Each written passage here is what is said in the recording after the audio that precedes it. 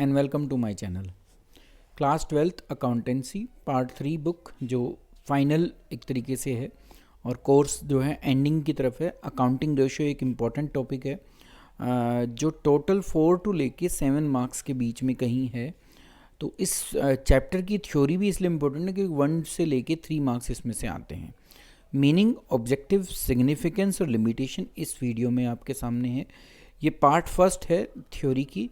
इसके बाद हम जितनी भी टाइप्स ऑफ रेशियोज़ हैं उनके ऊपर भी 2 वीडियो हैं। उन वीडियो के थ्रू आपको उनकी थ्योरेटिकल नॉलेज, उनकी सिग्निफिकेंस, उनके फॉर्मूले थ्योरेटिकली आपको मैं एक्सप्लेन करूँगा। वो 2 और वीडियो इसके साथ आपके सामने उपस्थित हो जाएंगे, आपके सामने लाइव हो जाएंगे। अब देखिए अभी का जो टॉपिक है वो अकाउंटिंग रेशियो है। उसका सबसे पहले मीनिंग समझते हैं। तो a ratio is the mathematical number calculated as a reference to relationship of 2 or more number and can be expressed as fraction, proportion, percentage and number of time। तो कह रहे हैं कि 2 नंबर्स या कहें कि 2 जो क्या कहते हैं आइटम्स कह लो या 2 फैक्टर्स कह लो जिनके बीच के रिलेशनशिप को एक रेशो जो है वो प्रेजेंट करती है in the form of fraction, proportion, percentage और नंबर ऑफ टाइम। तो ये डिफरेंट रेशो में आपको डिफरेंट वे में मिलेगा कि ये इस तरीके से लिखा जाता है। तो एक तरीके से किसी 2 जो हमारे वेरिएबल हैं उन 2 वेरिएबल के बीच के रिलेशनशिप को रेशो हमें समझाती है। When the number is calculated by referring to 2 accounting number derived from the financial statement. 2 होती हैं, एक आपको पता है बैलेंस शीट होती है और दूसरा हमारा statement of profit and loss होता है। तो इस बेस पर हम क्या करते हैं अपनी जो ये रेशोज़ हैं इनको कैलकुलेट करते हैं और उन्हीं को अब हम क्या कह देते हैं अकाउंटिंग रेशो कह देते हैं। तो मीनिंग मेरे हिसाब से आपको क्लियर हो गया होगा। पेपर में अगर अकाउंटिंग रेशियो का मीनिंग आए तो आप ये लिख सकते हैं कि when the number is calculated by referring to accounting numbers derived from the financial statement it is termed as accounting ratio. Next पर चलते हैं। तो वो हैं हमारे ऑब्जेक्टिव। ऑब्जेक्टिव आपका 1 नंबर में क्वेश्चन आपका कई बार पूछा जा चुका है, तो ये हमारे लिए उतना ही इम्पोर्टेंट है। मैंने इसीलिए 5 लिए हैं। अगर ये 3 मार्क्स में भी आता है तो आप इसका आंसर दे पाएँ, बाकी 1 मार्क्स में आएगा तो हम उसको ईजीली लिख पाएंगे। तो पहला है कि to know the area of business which need more attention. Ratio के एनालिसिस की हमें ज़रूरत इसलिए है कि हम उस एरिया को पहचान पाते हैं जहाँ पर हमें ज़्यादा अटेंशन देने की ज़रूरत है। दूसरा है कि to know about the potential area which can be improved. वही इम्प्रूवमेंट की कहाँ ज़रूरत है, एक पर्टिकुलर डिज़ायर्ड डायरेक्शन जिस तरफ हम जाना चाहते हैं तो कहाँ हम इम्प्रूव करें वो भी हमें रेशो से पता चल जाता है। नेक्स्ट ऑब्जेक्टिव है to provide a deeper analysis. आप डीप में जाके एनालिसिस कर पाते हैं प्रॉफिटेबिलिटी का, लिक्विडिटी का, सोल्वेंसी का, एफिशिएंसी लेवल ऑफ बिजनेस का। तो इन चीज़ का हम डीप एनालिसिस भी इन अकाउंटिंग रेशियोज़ के ऊपर कर पाते हैं। फोर्थ आता है to provide information for making cross sectional analysis by comparing the performance with the best industry standard. आप दूसरी कंपनी के साथ जो बेस्ट वे में जो है अपने बिजनेस को परफॉर्म कर रहे हैं उनके साथ भी आप इसका क्रॉस सेक्शनल एनालिसिस कर सकते हैं, डिफरेंट सेक्शंस का एनालिसिस कर सकते हैं। तो उसमें भी ये हमारी जो है मदद करता है। तो ये हमारा उद्देश्य होता है कि हम क्रॉस सेक्शनल एनालिसिस कर पाएँ, ठीक है, कि परफॉर्मेंस क्या है बेस्ट इंडस्ट्री स्टैंडर्ड के अकॉर्डिंग।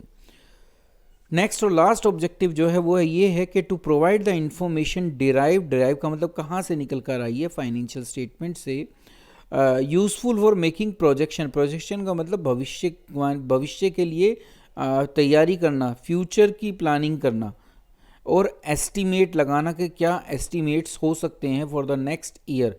तो फ्यूचर के एस्टीमेट और प्रोजेक्शन को डेवलप करने के लिए भी हम अपने इस रेशो एनालिसिस की रेशोज़ का यूज़ करते हैं। तो ये ऑब्जेक्टिव हो गए। अब ऑब्जेक्टिव से जुड़ा जो होता है वो एडवांटेज होती हैं। तो पहली एडवांटेज ये है कि हम एफिशिएंसी जो है एफिशिएंसी की स्पेलिंग अभी थोड़ी गलत है। एफिशिएंसी ऑफ डिसीजन हम देख पाते हैं कि मैनेजमेंट ने किस टाइप के डिसीजन लिए, क्या वो डिसीजन हमारे बिजनेस के लिए, हमारी ऑपरेटिंग जो प्रोसीजर है उसमें, हमारा इन्वेस्टिंग और फाइनेंसिंग डिसीजन, उनसे रिलेटेड जितने भी डिसीजन एक मैनेजमेंट ने लिए हैं वो कितने सही हैं, उनकी क्या एफिशिएंसी है, हम पता लगा पाते हैं। तो ratio analysis help you to understand whether the business has taken the right kind of operating, investing और financing decision। तो पहला है कि वो अंडरस्टैंड कराती है कि हमारी एफिशिएंसी क्या है डिसीजंस की। दूसरा है कि जो कॉम्प्लेक्स फिगर होती हैं उनको सिंप्लीफाई करती है और उनके बीच में रिलेशन स्टेब्लिश करती हैं। They help summarise the financial information. तो आप देखोगे आगे रेशियो में आप पाओगे कि ग्रॉस प्रॉफिट रेशियो है, जो ग्रॉस प्रॉफिट का रेवेन्यू से रिलेशन बता रही है। तो इसका मतलब ये बता रही है कि वो ग्रॉस मार्जिन आपने कितना कमाया, क्या आप वो सही दिशा में जा रहे हैं, आपने अपनी जो मैन्युफैक्चरिंग लेवल पर जो काम है वो इतना अच्छा किया कि आप एक अच्छे ग्रॉस प्रॉफिट के साथ आगे जा रहे हैं। तो वो वहाँ से हमें पता चलता है, वो इफ़ेक्टिवली हमारे सामने आता है और एसेस करता है मैनेजरियल की एफिशिएंसी, कि फर्म की क्रेडिट वर्थिनेस और अर्निंग कैपेसिटी क्या है फर्म की। ये हम फिर ईजिली पता लगा पाते हैं through this accounting ratio. Help in comparative analysis, comparison करने में। अब कंपैरिजन चाहे विद इन द फर्म हो चाहे विद इन द इंडस्ट्री हो, हम ईजिली कर पाते हैं। The ratio calculated every year, हम हर साल इनको कैलकुलेट करते हैं। तो ये एक ट्रेंड हमारे सामने पेश करती है। वो ट्रेंड हमें दिखाता है कि बिज़नेस की एफिशिएंसी लेवल क्या है, बिज़नेस किस दिशा में जा रहा है। तो knowledge of trend help in making projection, future की प्लानिंग करने में वो हमारी मदद करता है अबाउट द बिज़नेस, और वो जो है एक बहुत ही यूज़फुल फीचर होता है किसी भी ऑर्गेनाइजेशन के लिए। नेक्स्ट आता है कि आइडेंटिफिकेशन ऑफ प्रॉब्लम एरिया, वो अभी हमने देखा था जब हम ऑब्जेक्टिव पढ़ रहे थे। तो रेशियो क्या करती है, हेल्प करती है उन प्रॉब्लम एरियाज़ को आइडेंटिफाई करने में, जिससे हम अपनी उन प्रॉब्लम एरिया को रेक्टिफाई कर सकें और अपना आप भविष्य में आगे बढ़ पाएँ। साथ ही साथ ये हमें अपने ब्राइट एरिया भी बताता है कि जहां हमने अच्छा परफॉर्म किया है, ये दोनों हमें बताता है। नेक्स्ट है अनेबल करता है स्वॉट एनालिसिस। स्वॉट का मतलब होता है strength, weakness, opportunity and threat. तो देखो आपको पता है स्ट्रेंथ का मतलब कहाँ हमारे स्ट्रॉन्ग पॉइंट हैं, जिसको ब्राइट एरिया बोला गया है। वीकनेस का मतलब वही प्रॉब्लम एरियाज जो हैं, तो उनको पता लगा पाते हैं हम रेशियो के थ्रू। साथ ही साथ हमारे सामने क्या अपॉर्चुनिटी थी और जिसको हम अवेल कर सकते हैं और आगे बढ़ सकते हैं, क्या थ्रेट हमें दिखाई दे रहे हैं जिनको कंपैरेटिव एनालिसिस के थ्रू हम जान पाते हैं, कंज्यूमर के एनालिसिस के थ्रू हम जान पाते हैं, और उन थ्रेट के अकॉर्डिंग जो है अपनी प्लानिंग करते हैं, सो दैट हम समय रहते उन थ्रेट पर काम कर पाएँ। वेरियस कंपैरिजन इसके थ्रू हो पाती है। तो रेशियो हेल्प करती है हमारी कंपैरिजन करने में कि सर्टेन बेंचमार्क, जिनको हम स्टैंडर्ड कहते हैं, उनके थ्रू हम ये असेस कर पाते हैं कि परफॉर्मेंस ऑफ द फर्म जो है वो कैसी थी, अच्छी थी या अदरवाइज थी। तो ये भी हम रेशियो एनालिसिस के बेस पर कर पाते हैं। अब कुछ लिमिटेशंस हैं हमारी रेशियो एनालिसिस की, ज़्यादातर वही हैं जो अकाउंटिंग की होती हैं। तो पहली यही है कि लिमिटेशन ऑफ अकाउंटिंग डाटा। आपका डाटा जो है वो रिफ्लेक्ट करता है एक रिकॉर्डेड फैक्ट का, जो आपने रिकॉर्ड किया। जिन चीज़ों को आप रिकॉर्ड नहीं करते उनके बेस पर आप रेशियो एनालिसिस नहीं कर पाएंगे। आपने किस अकाउंटिंग कन्वेंशन को फॉलो किया और आपकी क्या पर्सनल जजमेंट थी अबाउट द डिफरेंट जो भी हमारे पास ऑप्शन अवेलेबल होते हैं उनसे रिलेटेड। तो वो कितना मटेरियली है इसका पता लगाना जो है उसको हम जो है कर तो रहे हैं, पर जो हमने चीज़ें दिखाई हैं सिर्फ उसी का हम रेशियो एनालिसिस कर सकते हैं। Actual position of the firm जो है या actual condition of the firm का हमें नहीं पता चल पाता। तो आप जानते हो कि जितनी ट्रांजैक्शन हम विदाउट बिल करते हैं वो कभी रिकॉर्डिंग में आती ही नहीं है, और जबकि वो रियल में बिजनेस का एक महत्वपूर्ण पार्ट होता है। तो क्या हमने रिकॉर्ड किया, किस अकाउंटिंग कन्वेंशन को हमने फॉलो किया, क्या एक अकाउंटेंट की पर्सनल जजमेंट थी about the different alternative available हमारे पास जो हैं उसमें। तो एक तरीके से ये मैनिपुलेटेड डाटा हो सकता है और इसलिए रेशियो एनालिसिस भी मैनिपुलेटेड हो सकता है। प्राइस लेवल चेंजेस को ये इग्नोर करता है, ये करंट के जो उसके प्राइस हैं उसके बेस पर वो फिगर को शो नहीं करता, इसलिए जो रेशियो एनालिसिस किया जाएगा उसमें भी हम करंट जो एफिशिएंसी है वो उस डाटा से हम नहीं पता लगा पाएंगे, उसकी क्या करंट इफेक्टिवनेस है वो हमें नहीं पता चल पाती। तो ये change in the price level make analysis of financial statement of different accounting year meaningless because accounting record ignore the change in value of money, वो रिकॉर्ड ही नहीं करता, उसको इग्नोर करता है। साथ ही साथ क्वालिटेटिव और नॉन मॉनेटरी एस्पेक्ट वो लिखी नहीं, नॉन मॉनेटरी तो लिखे नहीं जा सकते, क्वालिटी को प्रेजेंट नहीं किया जाता क्योंकि मॉनेटरी फॉर्म में क्वालिटी को हम रिप्रेजेंट करा ही नहीं सकते। तो ratio also reflect only the monetary aspect ignoring completely the non monetary या क्वालिटेटिव फैक्टर, उसको तो वो कभी रिकॉर्ड करता ही नहीं है। तो ये भी एक इसके अंदर की जो है लिमिटेशन है। नेक्स्ट आता है कि वेरिएशन ऑफ अकाउंटिंग प्रैक्टिस। आप देखोगे कि स्टॉक को रिकॉर्ड करने के आपके पास कई तरीके हैं, जैसे लीफो है, फीफो है, एक मेथड और होता है। तो आपने किसको चूज़ किया वो आपकी प्रॉफिट को दिखाने की, एफिशिएंसी को दिखाने का तरीका भी बदल देगा। ऐसे ही अगर आप डेप्रीशिएशन की बात करो तो चार्ज करने के मेथड हैं, एसएलएम है, स्ट्रेट लाइन मेथड, डब्ल्यूडीवी है, ठीक है, रिटन डाउन वैल्यू मेथड, तो दोनों से अलग आएगा।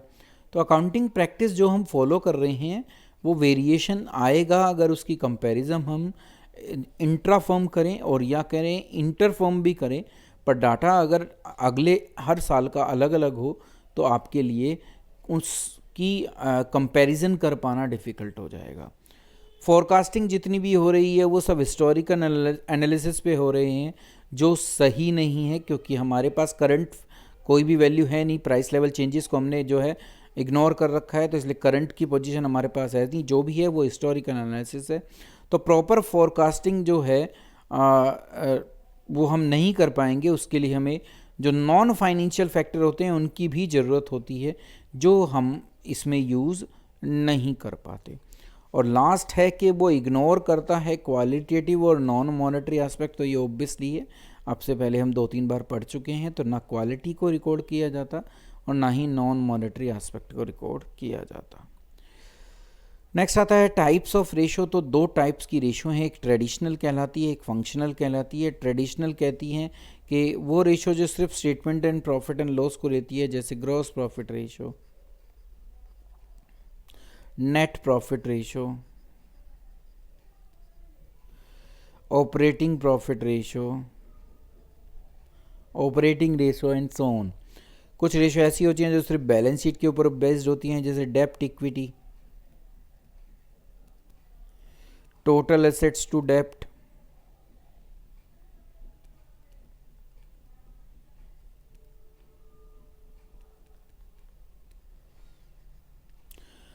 और तीसरी ऐसी रेशो होती हैं जो कंपोजिट होती हैं, मतलब कि उनका एक हिस्सा statement of profit and loss से आता है और एक हिस्सा बैलेंस शीट में से आता है। तो यहाँ दोनों आपको पार्ट मिलेंगे, जैसे इन्वेंट्री टर्नओवर रेशो हो गई, ट्रेड रिसीवेबल टर्नओवर रेशो हो गई, ट्रेड पेबल टर्नओवर रेशो हो गई। तो इसमें एक वेरिएबल आपको बैलेंस शीट से मिलेगा और एक वेरिएबल आपको प्रॉफिट एंड लॉस अकाउंट से मिलेगा, इसीलिए इसको क्या कहा गया है, कंपोजिट रेशो। जो हम नॉर्मली पढ़ते हैं वो फंक्शनल क्लासिफिकेशन है, जिसमें लिक्विडिटी होती है, सॉल्वेंसी होती है, एक्टिविटी होती है और प्रॉफिटेबिलिटी होती है। लिक्विडिटी रेशियो कंपनी की लिक्विड जो पोजीशन है उसको हमें बताती है। साथ ही साथ पहली 2 जो हैं वो प्रोपोर्शन में शो होती हैं। प्रोपोर्शन का मतलब अनुपात में शो होती हैं, जैसे 2:1, ऐसे ही 5:3। तो ये इसके एग्जाम्पल हैं, इस तरीके से आप इसके आंसर को शो करोगे। एक्टिविटी रेशो हमेशा टाइम्स में चलती हैं, जैसे 3 टाइम्स, 2.5 टाइम्स,